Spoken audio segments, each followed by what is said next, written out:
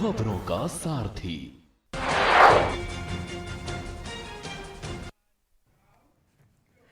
नमस्कार, आप देख रहे हैं के न्यूज। मैं हूं आपके साथ सोनी चौहान। मंथन में आपका स्वागत है।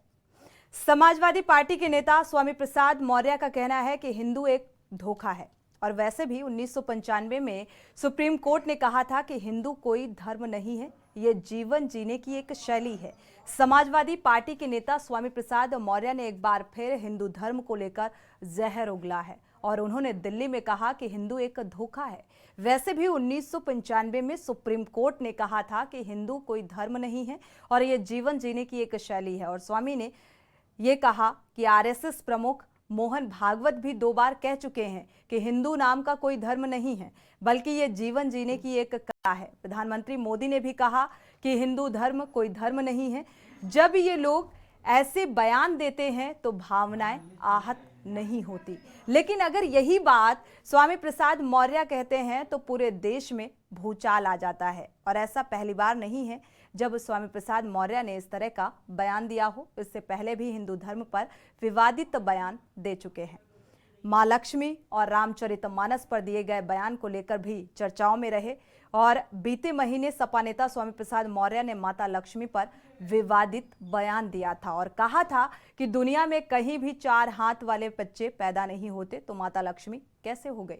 और इससे पहले हरदोई में मौर्य के निशाने पर हिंदू राष्ट्र के हिमायती और सवर्ण रहे थे। किसी का नाम लिए बिना उन्होंने कहा था कि जिसको तुम हिंदू राष्ट्र बोलते हो वो भारत राष्ट्र शापित है। ये भारत कभी भी ना हिंदू राष्ट्र था, ना है और ना रहेगा। और इसीलिए हिंदू राष्ट्र की मांग करने वाले देश विरोधी हैं। रामचरितमानस पर भी बिहार के एक मुख्यमंत्री की आपत्तिजनक टिप्पणी के बाद समाजवादी पार्टी के नेता स्वामी प्रसाद मौर्य ने विवादित बयान दिया था और सपा नेता ने कहा था कि रामचरितमानस में दलितों और महिलाओं का अपमान किया गया है। तुलसीदास ने ग्रंथ को अपनी खुशी के लिए लिखा था, करोड़ों लोग इसे नहीं पढ़ते। इस ग्रंथ को बकवास बताते हुए कहा था कि सरकार को इस पर प्रतिबंध लगा देना चाहिए। इसके अलावा मौर्य धीरेन्द्र शास्त्री पर भी हमलावर हो चुके हैं। मौर्य ने मानस के एक अंश को अद्भुत करते हुए इस बात का भी जिक्र किया कि ब्राह्मण भले ही दुराचारी अनपढ़ हो लेकिन वो ब्राह्मण है, उसको पूजनीय कहा गया है। लेकिन शूद्र कितनी भी ज्ञानी बनते हो या कितने भी ज्ञानी हो उसका सम्मान मत कीजिए। मौर्य ने सवाल उठाया था कि क्या यही धर्म है जो धर्म हमारा सत्यानाश चाहता है और इसका सत्यानाश हो। उन्होंने बागेश्वर धाम के पीठाधीश्वर धीरेन्द्र शास्त्री पर हमला बोलते हुए कहा था कि धर्म के ठेकेदार ही धर्म को बेच रहे हैं। धीरेन्द्र शास्त्री ढोंग फैला रहे हैं और ऐसे लोगों के खिलाफ कार्रवाई करनी चाहिए। आपको बता दें कि सपा प्रमुख अखिलेश यादव ने हाल ही में स्वामी प्रसाद मौर्य को हिंदू विरोधी बयान देने के कारण चेतावनी दी थी और इसके बावजूद स्वामी प्रसाद मौर्य विवादित बयान देकर पार्टी के लिए मुश्किलें खड़ी करते हुए नजर आ रहे हैं। सपा सांसद डिंपल यादव ने स्वामी प्रसाद मौर्य के इस बयान से किनारा कर लिया। उन्होंने इस बात का भी जिक्र किया कि उनके इस तरह के किसी भी बयान का हम समर्थन नहीं करते, उनका निजी बयान है। जबकि केंद्रीय मंत्री नित्यानंद राय ने सपा नेता के बयान पर पलटवार करते हुए कहा है कि स्वामी प्रसाद मौर्य बोले या इंडिया गठबंधन का कोई नेता बोले, वो धर्म का मतलब नहीं समझते हैं। उनकी विचारधारा तुष्टीकरण पर आधारित है और ऐसा वो वोट के लिए करते हैं। और इसके अलावा बीजेपी नेता गिरिराज किशोर ने भी अपनी प्रतिक्रिया दी है। क्या कुछ कहा वो आपको सुनाते हैं, लेकिन सबसे पहले सुनते हैं स्वामी प्रसाद मौर्य का बयान कि उन्होंने क्या कहा है। हिंदू एक धोखा है और वैसे भी 1995 माननीय सर्वोच्च न्यायालय ने अपने आदेश में कहा था हिंदू कोई धर्म नहीं, ये लोगों के जीवन जीने की एक शैली है। यही नहीं, जो सबसे बड़े धर्म के ठेकेदार बनते हैं, आरएसएस के प्रमुख मोहन भागवत जी ने भी कहा है, एक नहीं 2 बार कहा, हिंदू धर्म नाम का कोई धर्म नहीं है, बल्कि लोगों के जीवन जीने की एक कला। देश के माननीय प्रधानमंत्री जी ने भी कहा, माननीय मोदी ने भी कहा, हिंदू धर्म नहीं है। और अभी 1-2 महीने पहले माननीय गडकरी जी ने भी कहा, एक मीडिया कॉन्क्लेव में कहा। लेकिन इन लोगों के कहने से किसी की भावना आहत नहीं होती है। अगर स्वामी प्रसाद मौर्य कह देते हैं हिंदू धर्म नहीं है बल्कि एक धोखा है, और जिसे हम हिंदू धर्म कहते हैं वो लोगों के लिए धंधा है। जब हम कहते हैं कि ये कुछ लोगों के लिए धंधा है, तब पूरे देश में भूचाल लग जाता है। लेकिन वही चीज अगर मोहन भागवत जी कहते हैं, माननीय प्रधानमंत्री नरेंद्र मोदी जी कहते हैं, माननीय गडकरी जी कहते हैं, तो किसी की भी भावना आहत नहीं होती। अगर वही चीज स्वामी प्रसाद मौर्य कह देते हैं तो लोगों की भावना इतनी कमजोर होती है कि उनकी भावनाएं आहत। तो सुना आपने स्वामी प्रसाद मौर्य का बयान, और हालांकि इन बयानों का खंडन करती हुई नजर आ रही हैं डिंपल यादव। सुनाते हैं क्या कुछ कहा है उन्होंने। व्यक्तिगत और निजी बयान बताया है। राष्ट्रीय अध्यक्ष जी ने इस बात को कहा है कि ये उनके अपने खुद के विचार हैं, ये समाजवादी की पार्टी के विचार नहीं हैं, और समाजवादी पार्टी उनके विचार का समर्थन किसी भी रूप में नहीं करती है। तो इस बयान के बाद राजनीतिक बयानबाजी भी तेज हो गई है। क्या कुछ प्रतिक्रियाएं सामने आ रही हैं, सुनिए जरा। जो लोग हिंदू धर्म को गाली दे रहे हैं कि हिंदू धर्म नहीं है, मैं उनसे कहता हूं कि मुस्लिम धर्म स्वीकार कर लो। हिंदू धर्म ही, सनातन ही, सिख ही भारत के स्वाभिमान का प्रतीक है, भारत का अभिप्राय है। स्वामी प्रसाद मौर्य बोले या इंडी गठबंधन के, महागठबंधन के कोई नेता बोले, धर्म का मतलब समझते ही नहीं। समाज धर्म क्या होता है, परिवार धर्म क्या होता है, देश धर्म क्या होता है, समझते ही नहीं। जीवन में वह आदर्श, वह मर्यादा जो भावनाओं को पवित्र रखे। स्वामी प्रसाद मौर्य जी को वहां भेजा गया है कि जब तक समाजवादी पार्टी रसातल में न चल जाए तब तक वहीं जमे रहना। आप देख रहे हैं कि पहली बार जब बयान दिए तो अखिलेश जी को आगे आना पड़ा, दूसरी बार बयान दिए तो डिंपल जी को आना पड़ा, तीसरी बार बयान दिए तो रामगोपाल जी को आना पड़ा। लेकिन वो मान रहे हैं, किसी के कहने से मानेंगे नहीं, रोज वो चापे रहेंगे। उनको लगाया गया है कि सपा को खत्म करके तब। तो स्वामी प्रसाद मौर्य का बयान आपने सुना कि हिंदू कोई धर्म नहीं है, और उन्होंने क्या कुछ कहा कि कुछ लोगों का ये धंधा है। इस तरीके का वक्तव्य एक बार फिर से सामने आ रहा है। हालांकि अक्सर ही अपने बयानों की वजह से सुर्खियां बटोरते हुए नजर आते हैं, और आज इसी बात को लेकर हम मंथन में चर्चा करेंगे। अगर डिंपल यादव ने इस बात का जिक्र किया है कि ये एक व्यक्तिगत और निजी उनका विचार है, इस तरीके की बयानबाजी का हम समर्थन नहीं करते, तो क्या मुखर होकर पार्टी को विरोध नहीं करना चाहिए? ये तमाम ऐसे सवाल भी खड़े हो रहे हैं। साथ ही हमारे साथ खास मेहमान जुड़े हुए हैं, आपका परिचय करा देते हैं। राघवेंद्र सिंह राजू जुड़े हुए हैं, राजनीतिक विश्लेषक। स्वागत है आपका इस चर्चा में शामिल होने के लिए। और महंत राजेश महाराज भी जुड़े हुए हैं, हिंदू धर्म गुरु हैं, आपका भी स्वागत है इस चर्चा में शामिल होने के लिए। और आपसे कुछ देर बाद बीजेपी नेता भी हमारे साथ जुड़ेंगे, आपका परिचय कराएंगे। आप दोनों मेहमानों का बहुत बहुत स्वागत। शुरुआत आपसे कर लेते हैं महंत राजेश जी।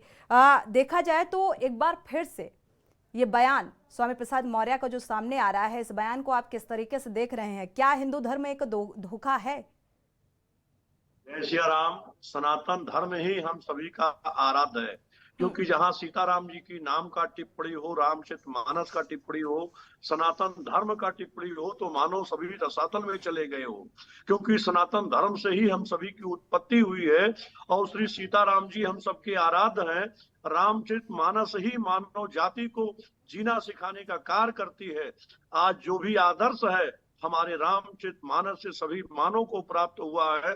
कैसे चलना है, कैसे उठना है, कैसे बैठना है, कौन माँ है, कौन बाप है, माता पिता का सम्मान, भाई बहन का सम्मान, पत्नी के प्रति क्या धर्म होता है पति का, और पति का क्या धर्म होता है पत्नी का। तो आज आदर्श ही हमें सनातन धर्म से ही प्राप्त हुए हैं। सनातन धर्म को ही निकाल दिया जाए फिर कोई धर्म ही नहीं बचता है। हम लोग सीताराम जी की आराध्य हैं। रह गया स्वामी प्रसाद मौर्य की बात, तो जिस प्रकार से स्वामी प्रसाद मौर्य का दिमाग नहीं काम कर रहा, जो है क्या कहा जाए उनको, अयोध्या का परम धाम है, परम पूज्य संतों का धाम है, कुछ वाणी से नहीं कहा जा सकता है। जो सनातन के खिलाफ बात करेगा उसको बख्शा नहीं जाएगा, क्योंकि रामचरितमानस और सनातन धर्म सीताराम जी हम सभी के नहीं, आराध्य है। समाजवादी जो पार्टी तो खुद राम ही हित कहती की है बात कि हम करेगा वही देश में राज धार्मिक करेगा। हैं, हम सनातनी हैं। समाजवादी पार्टी खुद इस बात का जिक्र करती है। और अभी जिस तरीके से डिंपल यादव ने इस बयान का खंडन किया है, उन्होंने एक व्यक्तिगत विचारधारा बताया है मौर्य के इस बयान को, तो क्या आपको नहीं लगता, क्योंकि इससे पहले भी बयानबाजी सामने आ चुकी है, क्या आपको नहीं लगता कि ये पार्टी का भी मौन समर्थन है, और नहीं तो मुखर होकर इसका विरोध करना चाहिए? क्यों नहीं पार्टी की तरफ से किया जाता है? जी जी जी, नहीं, पार्टी की बात नहीं है, क्योंकि सपा पार्टी के भी लोग यहाँ राम भक्त हैं, राममय में लीन है। अयोध्या आकर के तो आप देखिए किस प्रकार से हिंदू धर्म के लोग, जो सपा में हो, चाहे बसपा में हो, चाहे कांग्रेस में हो, रामलीन है। जिस प्रकार से अयोध्या का विकास हुआ है, अयोध्या से लेके पूरे भारत तक, इसमें जात पात पूछे नहीं कोई, हर का भजे सो हर का हुई। जिस प्रकार से अयोध्या में इस समय उत्साह है, वह अगर धर्म के प्रति कोई खिलाफ बात करता है, सीताराम जी के प्रति कोई खिलाफ बात करता है, सनातन धर्म के प्रति खिलाफ बात करता है, वो हिंदू जाति के लिए अपराध है, उसको बख्शा नहीं जाएगा। बिल्कुल, इसको लेकर भी अयोध्या को लेकर, राम की प्राण प्रतिष्ठा को लेकर भी, और जिस तरीके से धर्म को लेकर बार बार जो चीजें निकलकर सामने आ रही हैं, इसको लेकर भी स्वामी प्रसाद मौर्य ने कह दिया कि ये कुछ लोगों ने धंधा बना लिया है। धंधे जैसे शब्द का इस्तेमाल करते हुए नजर आ रहे हैं। राघवेंद्र सिंह राजू भी हमारे साथ जुड़े हुए हैं, राजनीतिक विश्लेषक हैं, आपका रुख करेंगे। क्या वाकई अब हिंदू धर्म एक धोखा है, जिस तरीके से स्वामी प्रसाद मौर्य का ये वक्तव्य निकलकर सामने आया है? अगर राम जी के खिलाफ कोई धर्म के प्रति ठीक है, राजनीति करेगा तो अपमान माना जाएगा, उसका ठीक है। महापाप राजेश माना जी, जाएगा। महंत राजेश जी, आपका रुख करेंगे। जिस प्रकार से राम जन्मभूमि राघवेंद्र जी, जो बात कह रहे थे, पहुंचे हैं, मुझे लगता है महंत राजेश जी आप सुन पा रहे हैं? स्वामी जी जो बात कह रहे हैं, हमारी आवाज आ रही है ना आपके पास? जी, सुन पा रहे हैं जी जी। जी। हेलो, स्वामी जी जो बात कह रहे थे कि हर का बजाय स्वर का हुई और जात पात पूछे ना कोई, जी जी, ये बात सही है कि 11 दिसंबर 1995 को जो न्यायमूर्ति जे.एस. वर्मा साहब के मामले को स्वामी प्रसाद मौर्य जी, जो हमेशा ही विवादों में सिर्फ इसलिए रहते हैं कि उनको सुरक्षा बनी रहे, चर्चा बनी रहे, क्योंकि उनके पास कोई मुद्दा ही नहीं। और जब उनके नेता सपा सुप्रीमो स्वयं कह चुके कि विवादित बयानों को बोलना नहीं है, हिंदुत्व की विचारधारा वाले लोग, क्योंकि अलग अलग लोगों ने हिंदू धर्म की व्याख्या अलग अलग की है। अगर आर काल में जाएंगे, 4 वर्ण थे, ब्राह्मण थे, शूद्र और क्षत्रिय, तो अब 4 वर्ण थे। तो अब अगर उसमें देखा जाए, जो न्यायमूर्ति जी के पास जो लोग गए थे, रिप्रेजेंटेशन ऑफ पीपुल्स एक्ट की धारा 123 में, कहने का तात्पर्य यह है कि हिंदुत्व को धर्म तक सीमित नहीं किया जा सकता। वो आदेश इस तरीके का था कि हिंदुत्व को धर्म तक सीमित नहीं किया जा सकता। ये बहुत व्यापक इसका स्तर है। और जिस तरीके से हिंदू जो शब्द आया है, आपने देखा कि पश्चिम में जो नदी पाकिस्तान तक, भारत से पाकिस्तान को जोड़ने वाली जो नदी थी सिंधु, उसी का जो इर्द गिर्द जो था वहां उसको कहा जाता था हिंदू। कहने का तात्पर्य सिर्फ ये है कि 9057 ईसा पूर्वी और 6673 ईसा पूर्व में वैवस्वत मनु भगवान श्री राम के बारे में भी लोग कहते हैं। वह भगवान श्री राम जो है, ये लोग क्या क्या टिप्पणी कर देते हैं, रामायण पर कर देते हैं, कभी गीता पर कर देते हैं। भाई 5114 ईस्वी पूर्व अलग अलग लोगों ने अलग अलग तारीखें इंगित की है। वही कृष्ण जी का बताया कि 3112 ईस्वी पूर्व।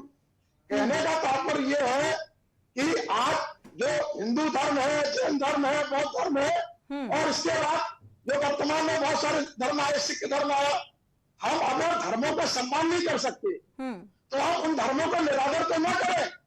केवल आपको समाज में डायनामिस्टा फैलाना, बिल्कुल, मोरतंत्र के पास छोरतंत्र, और आपके पास कोई मुद्दा नहीं है। स्वामी प्रसाद मौर्य जी पहले अपने परिवार को संभाले। उनके परिवार में जो टिप्पणियां होगा ना यूट्यूब और मीडिया में, मैं नहीं कह सकता, क्योंकि मेरे संस्कार और हमारी संस्कृति ये नहीं कहती।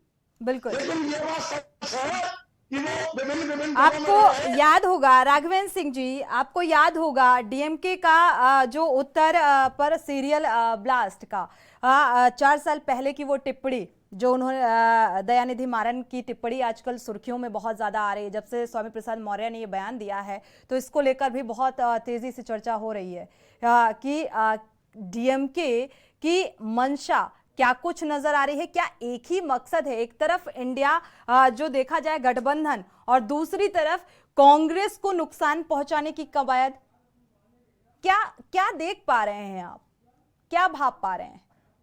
तो ये मान के चलते हैं कि जो मैंने आपको बताया 4 वर्ण थे, जातियां और उपजातियां इतनी कहां से आई, ब्राह्मण वैश्य शूद्र क्षत्रिय। इतिहास लौटा नामक पुस्तक बनारस से प्रकाशित है।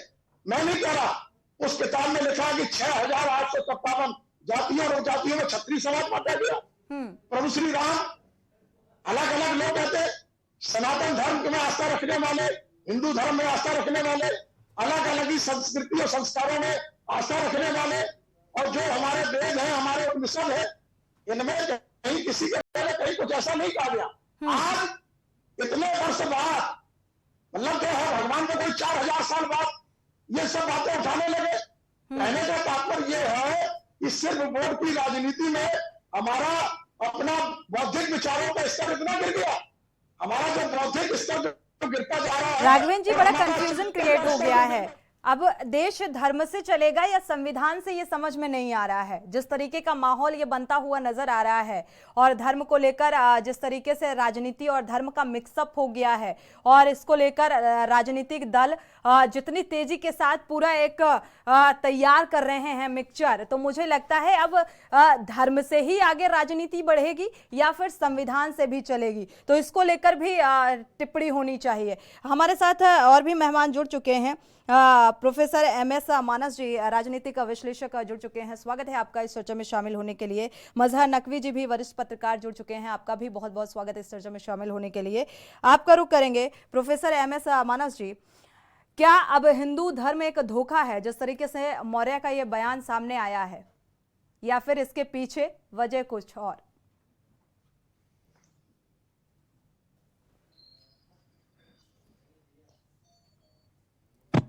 MS मानस जी, आप सुन पा रहे हैं? अनम्यूट कर लीजिएगा। चलिए, मुझे लग रहा है संपर्क नहीं हो पा रहा है। मजहर नकवी जी जुड़े हुए हैं एज ए वरिष्ठ पत्रकार। मजहर नकवी जी, इस बयान को आप किस तरीके से देख रहे हैं? क्या वजह निकलकर सामने आ रही है, सेल्फ पोल या फिर कोई और रणनीति?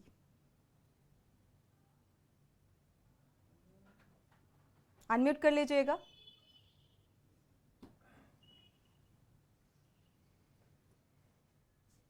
नकवी जी, आप सुन पा रहे हैं? आपसे मेरा सवाल था। चलिए, वापस से संपर्क करने की कोशिश करते हैं। हमारे साथ लगातार महंत राजेश जी भी जुड़े हुए हैं, राघवेंद्र सिंह राजू भी राजनीतिक विश्लेषक जुड़े हुए हैं। इस बात का जवाब ले लेते हैं। आप सुन पा रहे हैं मानस जी, MS मानस जी, अगर आप सुन पा रहे हैं तो इस बयान को आप किस तरीके से देख रहे हैं? क्या रणनीति नजर आ रही है? अनम्यूट कर लीजिए।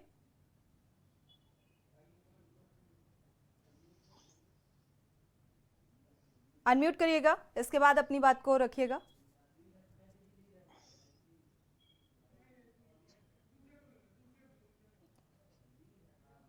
डॉक्टर मजहर नकवी जी का रुख कर लेते हैं एक बार से। मुझे लग रहा है मानस जी तक आवाज नहीं पहुंच पा रही है, कुछ तकनीकी खामी के चलते। वरिष्ठ पत्रकार भी जुड़े हुए हैं। मजहर नकवी जी, आप क्या सुन पा रहे हैं मुझे? मैंने आपका सवाल का जवाब शुरुआत में जब हुई थी बात तो मैं दिया था जी, और वो ये था कि मैं इस पूरे प्रकरण को धोखा क्या है, देखो ये मानते हैं कि धर्म जो है वो एक धोखा ही मार्ग है और कुछ लोग उसको ढकोसला समझते हैं। आस्तिकों की संख्या जो है कम हो रही है, नास्तिकों की संख्या बढ़ रही है। किसी को मुख्य मुद्दे से फर्क नहीं पड़ रहा। जहां तक रामायण की बात है, रामचरितमानस की बात है, और उसके ऊपर जो ये डिबेट हो रही है कि उन्होंने स्वामी प्रसाद मौर्य जी ने ये कह दिया कि ये धोखा है, तो देखिए एक बहस आज से नहीं सदियों से चली आ रही है कि man is creation of God और गॉड हैज क्रिएटेड मैन।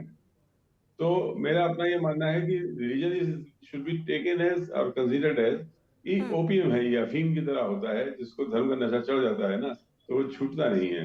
यही वजह है कि सारे लॉजिक, सारे तर्क वितर्क और कुतर्क के बाद घूम फिर के बात लौट के आ जाती है कि हम कितना भी अच्छा काम कर लें, क्या नाम है, जनपद में अपने, या हम किसी भी संस्था के जुड़कर काम कर लें, या एक राजनीतिक के रूप में हम अपनी यात्रा जारी रखें, तो पता यही लगता है कि काम जिसने किया वो हार गया, और जो स्काई लाइफ की तरह टपकाया गया था पार्टी का, वो जीत गया। अभी हाल में जो 5 स्टेट्स में इलेक्शन हुए, उसके जो परिणाम आए वो चौंकाने वाले इसीलिए आपको लगे कि अफीम का नशा अभी उतरा नहीं है, और चाहे वो हिंदू धर्म हो और चाहे वो इस्लाम धर्म हो, क्योंकि आपको एक बात मूलतः समझनी पड़ेगी कि ये जो कट्टरपंथी लोग हैं, ये दोनों एक सिक्के के दो पहलू हैं, और इनका एक ही काम है कि सही अस्तित्व में विश्वास समाज को ना करने दो। पहले मैं बताना चाहूंगा या उदाहरण देना चाहूंगा कि हमारे बगल में एक बढ़िया परिवार रहता था, तो वो कभी ऐसा नहीं होता दिवाली में मिठाई ना भेजे, और कभी हमारे यहाँ से ऐसा नहीं होता था कि वहां पर जो है सेवई ना जाए। इसके बाद भी कोई मटमैलापन या दुर्भावना नहीं थी, जबकि उसको भी मालूम था कि वह हमारे यहाँ का नहीं खाया जाएगा, और हमारे यहाँ भी लोगों को मालूम हो रहा था कि वो भी हमारी भेजी हुई सेवई नहीं खाएंगे।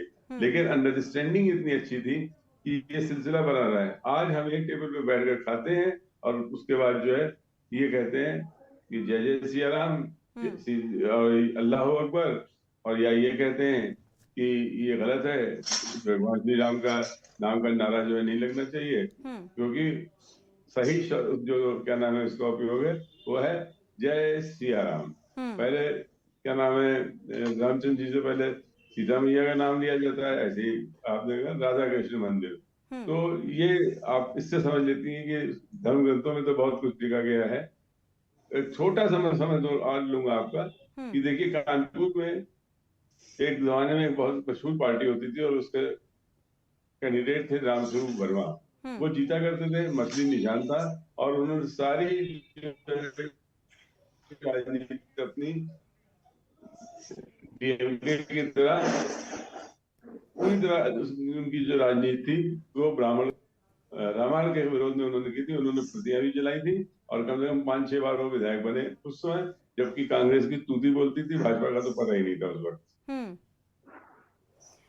सारी चीज़ों से इत्तेफाक रखते हैं, लेकिन यहाँ पर जो एक बात निकलकर सामने आई, क्योंकि अगर किसी भी पार्टी का कोई भी व्यक्ति अगर किसी पार्टी से जुड़ा हुआ होता है और वो इस तरीके से कभी रामचरितमानस को लेकर बयान देता है, कभी लक्ष्मी माता को लेकर बयान देता है, कभी हिंदू धर्म को लेकर बयान देता है, तो इससे क्या ये नहीं लगता कि पार्टी को भी इस विषय में थोड़ा विचार करना चाहिए, क्योंकि इसके दुष्परिणाम जो हैं वो पार्टी को भुगतने पड़ेंगे।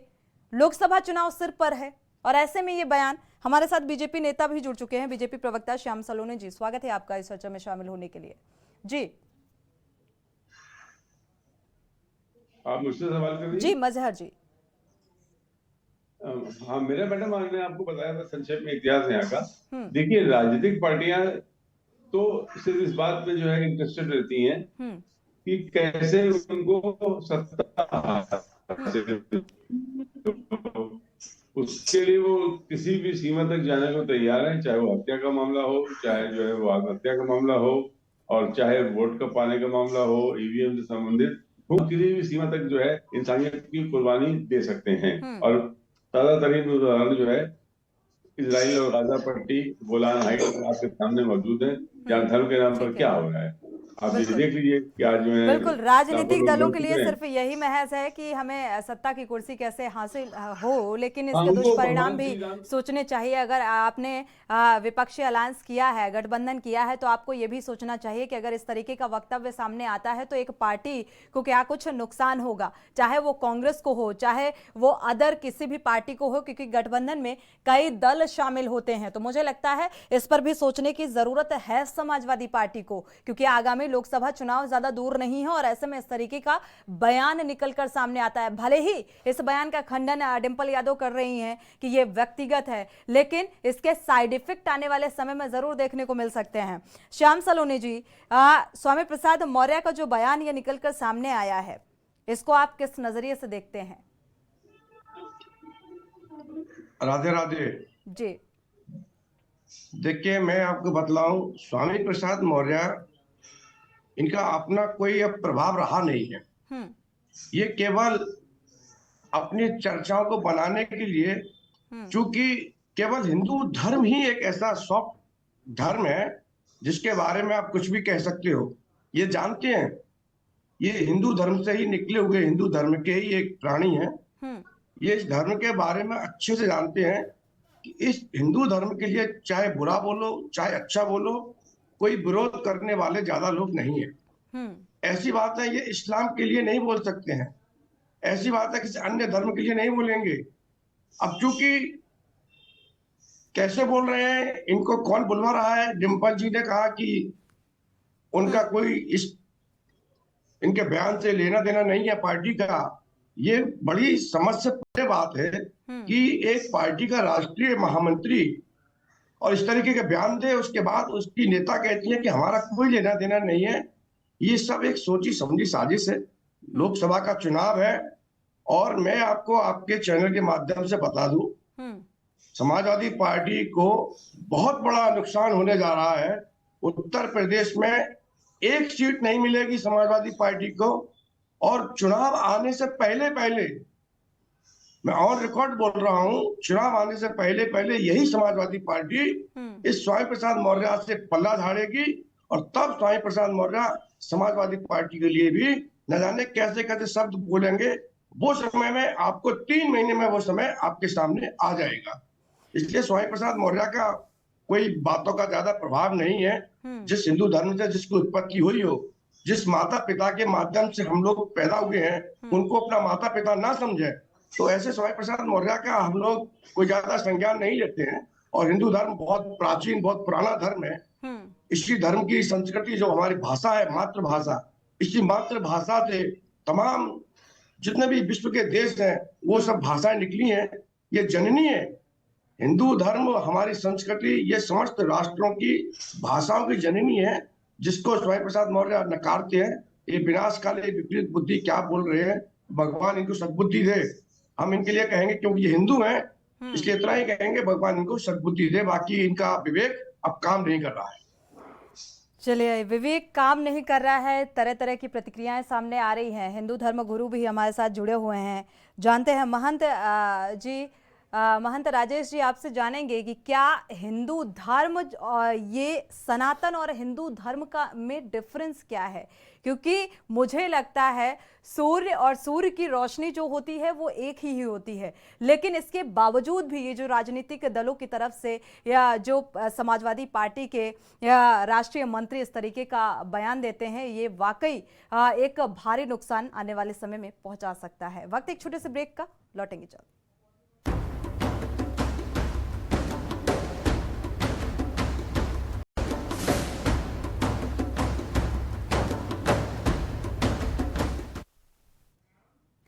ब्रेक से वापस आ रहे हैं। लगातार इस बयान को लेकर राजनीतिक बयानबाजी भी, सरगर्मियां भी तेज होती हुई नजर आ रही हैं। इस टिप्पणी के बाद तरह तरह की प्रतिक्रियाएं सामने आ रही हैं। हमारे साथ खास मेहमान लगातार जुड़े हुए हैं। महंत राजेश जी का रुख कर लेते हैं। महंत राजेश जी, धर्म, हिंदू धर्म और सनातन को थोड़ा सा आपसे समझना चाहेंगे, ये एक ही है या फिर कुछ डिफरेंस है, अलग अलग है? और वो कहाँ रसातल में चला जाए इसका कोई वर्णन नहीं किया जा सकता है। तो श्री सीताराम जी की कृपा हो जाए कि सद्बुद्धि आ जाए श्री स्वामी प्रसाद मौर्य जी को, और धर्म के खिलाफ बात न करें। ये अयोध्या से पूरे भारत के संदेश जाना चाहिए। जय श्री राम। चलिए, फिलहाल हमारे साथ राघवेंद्र सिंह राजू भी जुड़े हुए हैं। राघवेंद्र सिंह राजू जी, आपका रुख करेंगे, क्योंकि ये जो बयान सामने आ रहा है इसको क्या माना जाए? पार्टी का मौन समर्थन है क्या? नहीं, देखिए, स्वामी प्रसाद मौर्य जी इस तरीके के बयान जब बसपा में थे तो बसपा में भी वो नियंत्रण में नहीं रहते। और इसके बाद वो भाजपा में भी आए, क्योंकि भाजपा में उनका ये सब चल नहीं पाया और वहां पर वो केशव मौर्य से परेशान रहे। अब धरातल पर उनकी जमीन जो है खिसकती जा रही। चुनाव हारने के बाद उनका मानसिक संतुलन जो है वो गड़बड़ाया हुआ है। अब जो स्थितियां वो बन रही, क्योंकि इस समय कोई मुद्दे नहीं है राजनीतिक दलों। आपने देखा हो कि जब चुनाव 5 राज्यों में हो रहे थे तो जातिगत जनगणना का मुद्दा आ गया बीच में, और उसी समय प्रधानमंत्री जी ने काउंटर किया कि गरीब, युवा, किसान, महिलाएं, और सच मायने में जो उस समय की दबती हुई वक्त थी, प्रधानमंत्री जी ने उन सब चीजों को सही तरीके से वोट और मैपिंग को किया। और आज आप देख रहे हैं कि कांग्रेस को 10.5 लाख से ज्यादा वोट मिला, लेकिन वो भी सब जगह से हार गई। तो हमारा कहने का जो केवल वहां तेजी थी तेलंगाना में, मेरा कहने का तात्पर्य सिर्फ ये है कि जो लोग अलग अलग कभी कृष्ण जन्मभूमि पर विवाद उठाएंगे, कभी उस पर उठाएंगे। मैं जो कह रहा था कि भाई 4 वर्ण थे, इतनी जातियां, जातियों में उपभ्रंश कहां से आए? ब्राह्मण, वैश्य, शूद्र, क्षत्रिय, अब इतनी जातियां बस, तो ये विवाद वाली बातें नहीं है। जो ग्रंथों में, धर्मों में, हमारी संस्कृति में, हमारे सनातन में और हमारे जो अलग अलग धर्म है उनमें अभी बताया था भाई, हिंदू धर्म है, जैन धर्म है, बौद्ध धर्म है, सिख धर्म है, इस्लाम धर्म है, जितने भी धर्म है। अभी हमारे स्वामी जी कह रहे थे कि अयोध्या में भव्य राम मंदिर बन रहा है। 22 जनवरी को जब सबको डर है ये कि कम से कम कुछ नहीं होगा, तो मैं समझता हूँ कि 10 सीटें उत्तर प्रदेश में प्रभावित होंगी सीधी। जो तो क्या ये बौखलाहट मानी जाए? और सबसे अहम बात राघवेंद्र जी, इसमें अभी इंडिया गठबंधन की तरफ से कोई वक्तव्य सामने नहीं आ रहा है इस बयान को लेकर। लेकिन आपके चैनल के डिबेट के बाद ये बात हम जरूर कहना चाहेंगे जी कि स्वामी प्रसाद मौर्य जी ने हमारे संघ प्रमुख मोहन भागवत जी का नाम लिया, माननीय नितिन गडकरी जी का नाम लिया, और तमाम नेताओं के जो उन्होंने नाम लिए हैं, इनको निश्चित तौर पर, क्योंकि हिंदुत्व को धर्म तक सीमित नहीं किया जा सकता। और ये बात मैं भी कह रहा हूं, जो 11 दिसंबर 1995 का जजमेंट है, और 2016 में भी जब इसी चीज को रिकाउंटिंग करके सुप्रीम कोर्ट में लाया गया, कहने का तात्पर्य है रिप्रेजेंटेशन ऑफ पीपुल से 123, इसमें ठीक है। जो कोर्ट के जो भी विचार है, किसी ने उन्होंने डाला, उन्होंने कहा हम इसको कहां तक प्रभावित करें। तो इस तरीके से अब समाज में आप चले जाए तो जातियों में क्या बनेगा कोर्ट? कहने का तात्पर्य यह है कि आज कोई नैतिक मुद्दा नहीं रह गया कि भाई गरीब की कोई बात करे, युवा की कोई बात करे, किसान की कोई बात करे, महिलाओं की कोई बात करे, धरातल पर कोई लड़े। और ये इंडिया गठबंधन आप देख रहे हैं कि ये रोजाना अभी इनकी तैयारी नहीं है। और आप जो देख रहे हैं कि भाजपा की रोजाना, आज भी लखनऊ में जहां मैं बैठा हुआ हूं, भारतीय जनता पार्टी मुख्यालय पर उनके आंतरिक संगठनों की बैठक चल रही थी, और यहाँ पर प्रदेश अध्यक्ष और प्रदेश संगठन महामंत्री बैठकें ले रहे थे। पूर्व सैनिक प्रकोष्ठ के प्रदेश अध्यक्ष हमारे सामने बैठे हुए, कर्नल राजीव सिंह जी सहारनपुर से।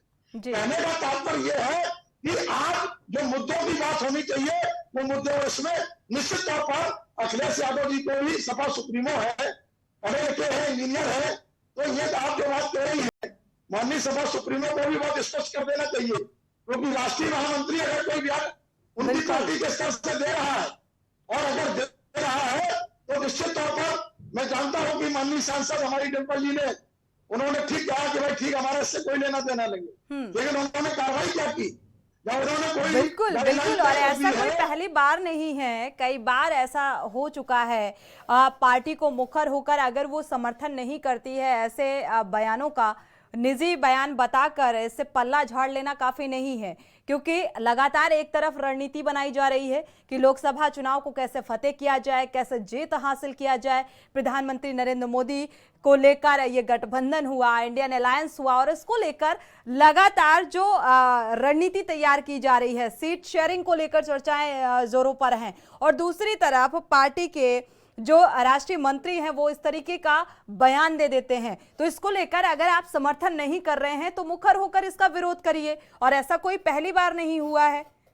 लेकिन विरोध होता हुआ नजर नहीं आ रहा है। इंडिया गठबंधन भी पूरी तरीके से मौन साबित है, इसमें कोई भी वक्तव्य ऐसा सामने नहीं आ रहा है। बीजेपी के जो प्रवक्ता हैं, जो नेता हैं, बड़े नेता, उनका बयान सामने आता है और वो कहते हैं राहुल गांधी को ऐसे बयानों में मजा आता है।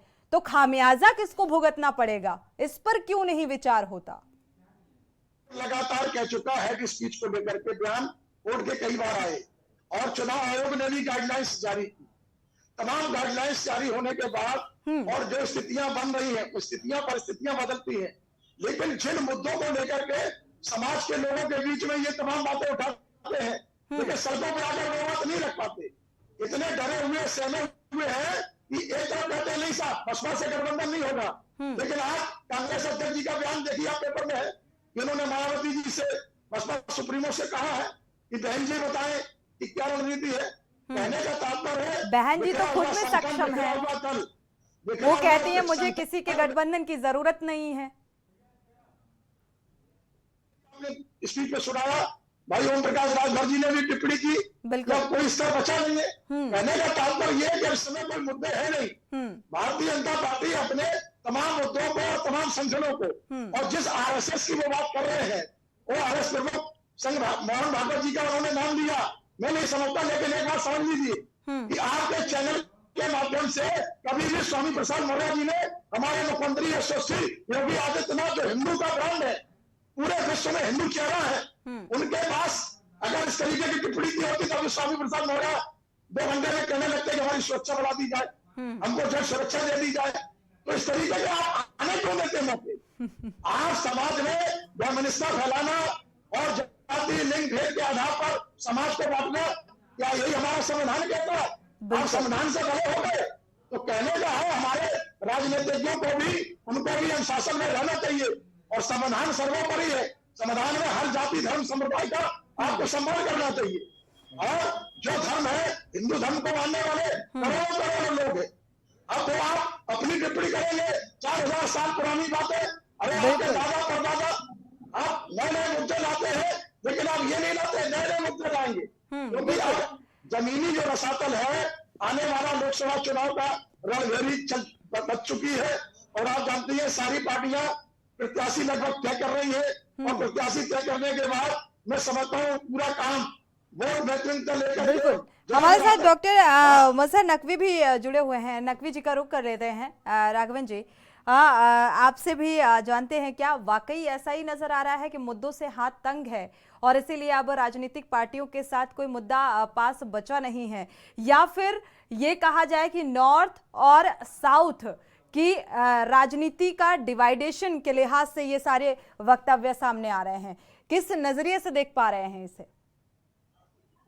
अब देखिए, आपको सिर्फ साउथ और क्या नाम है नॉर्थ की बात नहीं करनी है, आपको नॉर्थ ईस्ट को भी ध्यान रखना है, आजाद कश्मीर को भी ध्यान में रखना है।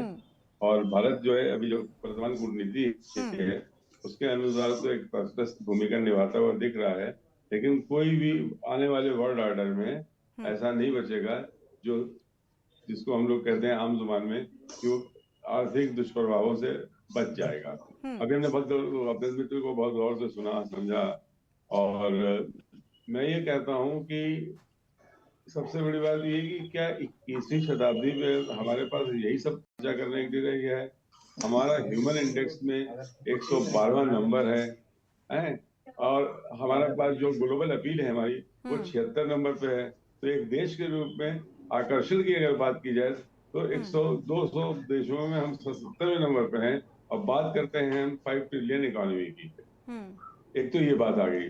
दूसरी बात ये है कि बनारस के परिप्रेक्ष्य में वे दुनिया जानती है कि राण साण सीढ़ी सन्यासी, इनसे बचे तो सेवे काशी। अब वहां पर इसी चीज को ध्यान में रखकर बहुत से प्राचीन मंदिरों को ध्वस्त कर दिया गया। और यहाँ पर जो हमारे ज्ञानी लोग बैठे हैं, ये बताइए इतने प्राचीन क्या नाम है मंदिरों को तोड़ दिया गया उस देश में जहाँ पर ये है कि 200 साल से या 100 साल से पहले पुरानी इमारत है कोई, तो वो हेरिटेज बिल्डिंग के शहर में मानी जाएगी और उस वहां पर कोई निर्माण कार्य नहीं होना चाहिए। खुद ही हमने बनाया हुआ है एक कानून कि गंगा के तट से 200 मीटर तक कोई नया निर्माण कार्य नहीं होगा। तो ये सारे जो निर्माण कार्य हुए ये कैसे होंगे? बिल्कुल। और इसी बात कि भाई तुलसी जी से ये लिखा है गाड़ी, तो ये अपने आप में सब कुछ कह जाती है सारी चीजें, और खुद उन्होंने अपने बारे में। ठीक है, हमारे साथ श्याम सलोनी जी भी हैं, बीजेपी प्रवक्ता। रुक कर लेते हैं एक बार।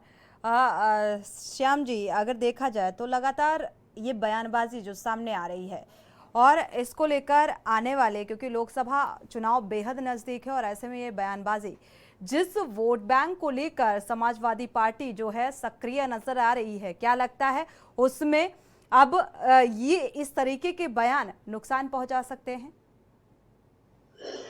देखिए, मैं आपको बताऊं, समाजवादी पार्टी का अब कोई वोट बैंक है ही नहीं। जिन यादवों पर समाजवादी पार्टी अपना अधिकार जमाती है वो यादव हमारे मध्य प्रदेश के माननीय मोहन सिंह यादव जी के पक्ष में है। भारतीय जनता पार्टी जातियों की राजनीति नहीं करती है। भारतीय जनता पार्टी धर्म की राजनीति नहीं करती है। धर्म की राजनीति को विपक्षी पार्टियां तो यही कह रही हैं कि धर्म को धंधा बना दिया गया है, इशारा आप भी समझते हैं। अब मैं इस चैनल के माध्यम से केवल एक बात समाजवादी पार्टी के वरिष्ठ नेताओं से, अखिलेश यादव जी से जानना चाहता हूं। डिम्पल जी ने कहा है कि उनका कोई लेना देना नहीं है। मैं बड़ी विनम्रता के साथ आपके चैनल के माध्यम से पूछता हूं अखिलेश यादव जी से, अभी माननीय मुलायम सिंह यादव जी की अस्थियां आप गंगा जी पर लेके गए, यदि आप गंगा मैया को मानते हो कि हाँ यहाँ अस्थियां विसर्जित करने से आत्माओं को कुछ पुण्य लाभ मिलता है, तो उस गंगा जल को हाथ पर रख करके आप सार्वजनिक तौर पर कहें कि आपका स्वामी प्रसाद मौर्य के बयानों से कोई लेना देना नहीं है। आपके इशारे पर स्वामी प्रसाद मौर्य नहीं बोल रहे हैं। मैं 100% कह सकता हूँ। तो क्या पार्टी का समर्थन है? ये मौन समर्थन है पार्टी का? स्वामी प्रसाद मौर्य केवल समाजवादी पार्टी के इशारे पर घिनौनी राजनीति कर रहे हैं। ये मुसलमानों को एकत्रित करने के लिए, क्योंकि मुसलमान भी भारतीय जनता पार्टी की ओर आकर्षित हो चुका है। जिन मुसलमानों को समाजवादी पार्टी, कांग्रेस और बसपा डराती थी कि यदि भाजपा आ गई तो तुम्हारे साथ अन्याय होगा, आज आप देख रहे हैं पिछले 10 वर्ष में मोदी जी के कार्यकाल में और 6 वर्ष में हमारे हिंदू हृदय सम्राट परम आदरणीय हमारे योगी जी के कार्यकाल में मुसलमानों के साथ कोई अन्याय नहीं हुआ है। जो योजनाएं धरातल पर आई है, जो भारत सरकार, उत्तर प्रदेश सरकार ने जो योजनाएं गरीबों के लिए दी है, वो सबका साथ और सबका विकास के आधार पर, वहाँ कोई भेदभाव वाली राजनीति नहीं हो रही है। आज गरीब मुसलमान, गरीब बहनें जिनके साथ शोषण होता था, आज वो चैन से जी रहे हैं और भारतीय जनता पार्टी की ओर आकर्षित हो गए हैं। भारतीय जनता पार्टी को आकर्षित होने की वजह से मुसलमानों के समाजवादी पार्टी को जो वोट बैंक खिसकता नजर आ रहा है, इसलिए ये अनर्गल बयानबाजी स्वामी प्रसाद मौर्य जैसे अपने मोहरों से करा रहे हैं। ये उनके केवल मोहरे हैं। स्वामी प्रसाद मौर्य समाजवादी पार्टी के कोई कार्यकर्ता नहीं है। आने वाले 3 महीने में यही समाजवादी पार्टी के नेता, जब इनको बिल्कुल सच्चाई मालूम पड़ जाएगी, इनके अपने जो इनके खास लोग हैं, कार खास, वो इनको बताएंगे कि जनाधार खिसक गया, ये स्वामी प्रसाद मौर्य को अलग कर देंगे, आते हैं तब स्वामी प्रसाद मौर्य फिर इनको हुड़की देंगे, सच्चाई सामने आएगी और 2024 का जो चुनाव ये है, पार्टी का समर्थन है। जो आपने कहा कि ये पार्टी का समर्थन है, मुस्लिम वोट बैंक को साधने की कोशिश है, क्योंकि अब वो वोट बैंक भी भारतीय जनता पार्टी की तरफ आकर्षित हो रहा है। मजहर नकवी जी, आप कुछ कहना चाह रहे हैं?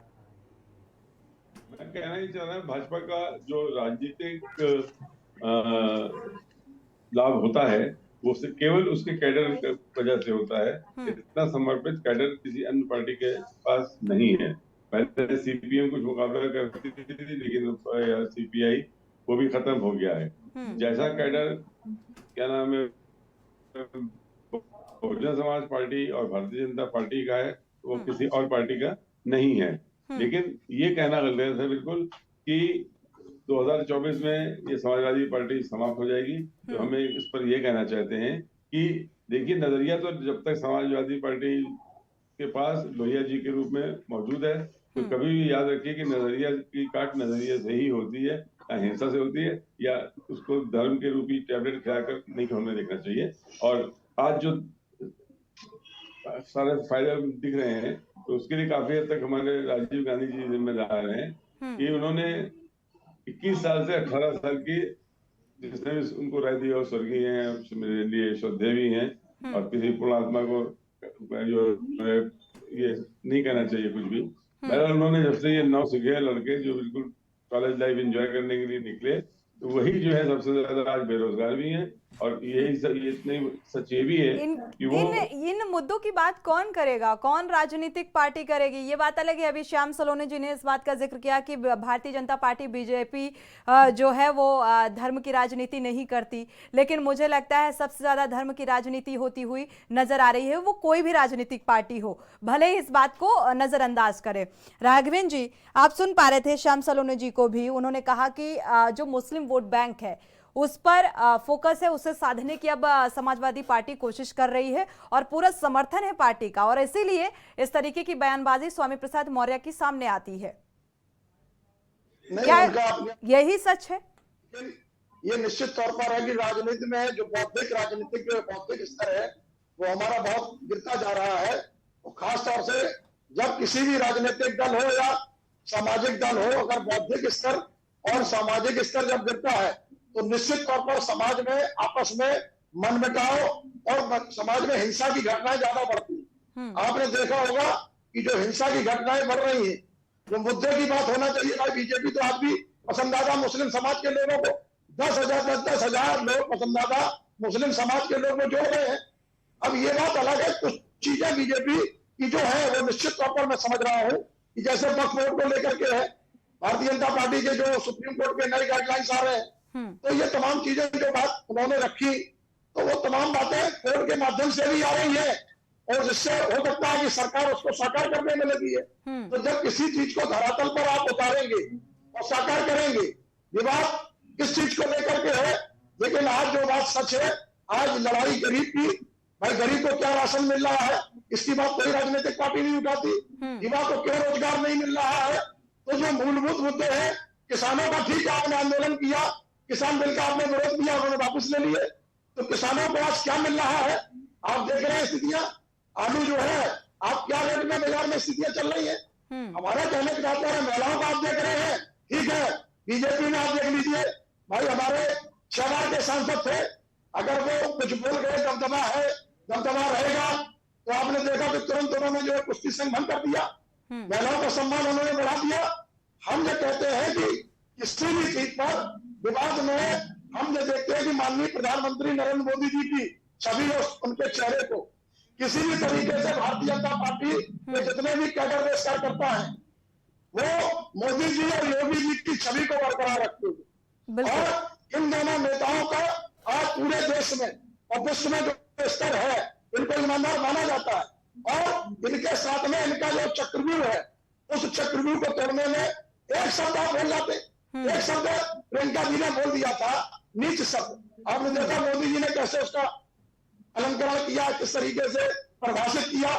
हम ये कहते हैं एक शब्द जो आज आप बोल गए हैं, मैं निश्चित तौर पर मान के चलता हूँ कि चुनाव में बहुत बड़ा मुद्दा स्वामी प्रसाद मौर्य जी की टिप्पणी, जो कहते थे माता लक्ष्मी, माता गणेश लक्ष्मी, ये सब जाति को लेकर भी उन्होंने किस तरीके से बोला कि अगर यही इस तरीके का बयान अगर आरएसएस को लेकर उन्होंने टिप्पणी की, अगर कोई भी व्यक्ति करता है, तो अगर कोई ब्राह्मण किसी तरीके का इस तरीके का बयान देता है तो उसे इतनी गंभीरता से नहीं लिया जाता। अगर स्वामी प्रसाद मौर्य कोई शूद्र इस तरीके का बयान देता है, इस तरीके की टिप्पणियां सामने आ रही हैं अब। नहीं, बिल्कुल सही बात है। मैं एक दिन दुर्गेन्द्र जी के साथ जा रहा था, अपने एडिटर इन चीफ है जी। तो जब अयोध्या का दर्शन करने जा रहा था तो रास्ते में हमको एक गुलाब की बहुत बड़ी बगिया मिली, तो हमने पूछा ये किसकी है, बोले साहब रब्बन मियां की है। थोड़े आगे बढ़े तो एक मजार थी, वहां अगरबत्ती जल रही थी, तो उसमें लिखा था भोलानाथ अगरबत्ती। तो फिर दुर्गेन्द्र जी ने कप्पा मुझे सुनाई कि रब्बन मियां के फूल चढ़े हैं मंदिर द्वार पर, और भोलेनाथ की अगरबत्तियां जलती सभी मजार पर। भगवान रहे दुनिया में दोनों की यारी बनी रहे, जले बत्तियां भोले की और रब्बन की बगिया हरी रहे। क्या है जब गंगा जमुनी की तरजीह की बात आप करते हैं और यहाँ पर आप धर्म और आस्था पर प्रयास करते हैं। अरे सभी धर्म और संस्कृति का हम लोगों का बौद्धिक स्तर इतना गिर गया, आज हम युवाओं को क्या प्रेरणा देना चाहते हैं, समाज में क्या आप किस चीज को ले जा रहे हैं, आपके पास क्या नसीहत देना चाहते हैं। तो आपका जो बौद्धिक स्तर है राजनीति में बौद्धिक स्तर जो गिरता जा रहा है, मैं समझता हूँ जो अच्छे पढ़े लिखे शिक्षित लोग हैं। चलिए फाइनल कमेंट वरिष्ठ पत्रकार नकवी जी से ले लेते हैं। नकवी जी, फिलहाल 2024 में राह इतनी आसान नहीं है, लेकिन इस तरीके की जब टिप्पणियां सामने आ जाती हैं तो देखा जाए अब समाजवादी पार्टी या विपक्षी अलायंस को आप किस नजरिए से देख पा रहे हैं, क्या कुछ दुष्परिणाम? मुझसे पूछा है आपने? जी जी नकवी जी, फाइनल कमेंट आपका। अच्छा, मेरा फाइनल कमेंट जो है वो सीधा साधा सा है कि भारतीय इतिहास को सही तरीके से अगर पढ़ा दिया जाए तो बहुत से भ्रम हमारे दूर हो जाएंगे।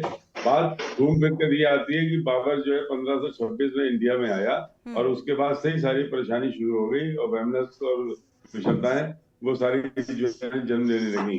लेकिन अंग्रेजों के साथ जो है हम लोगों के संबंध बहुत मधुर रहे, ये कहा जाए तो उन लोगों को तकलीफ पहुंचेगी जो माफी भी मांग के बाहर आए और ये भी उन्होंने कहा कि हम जो है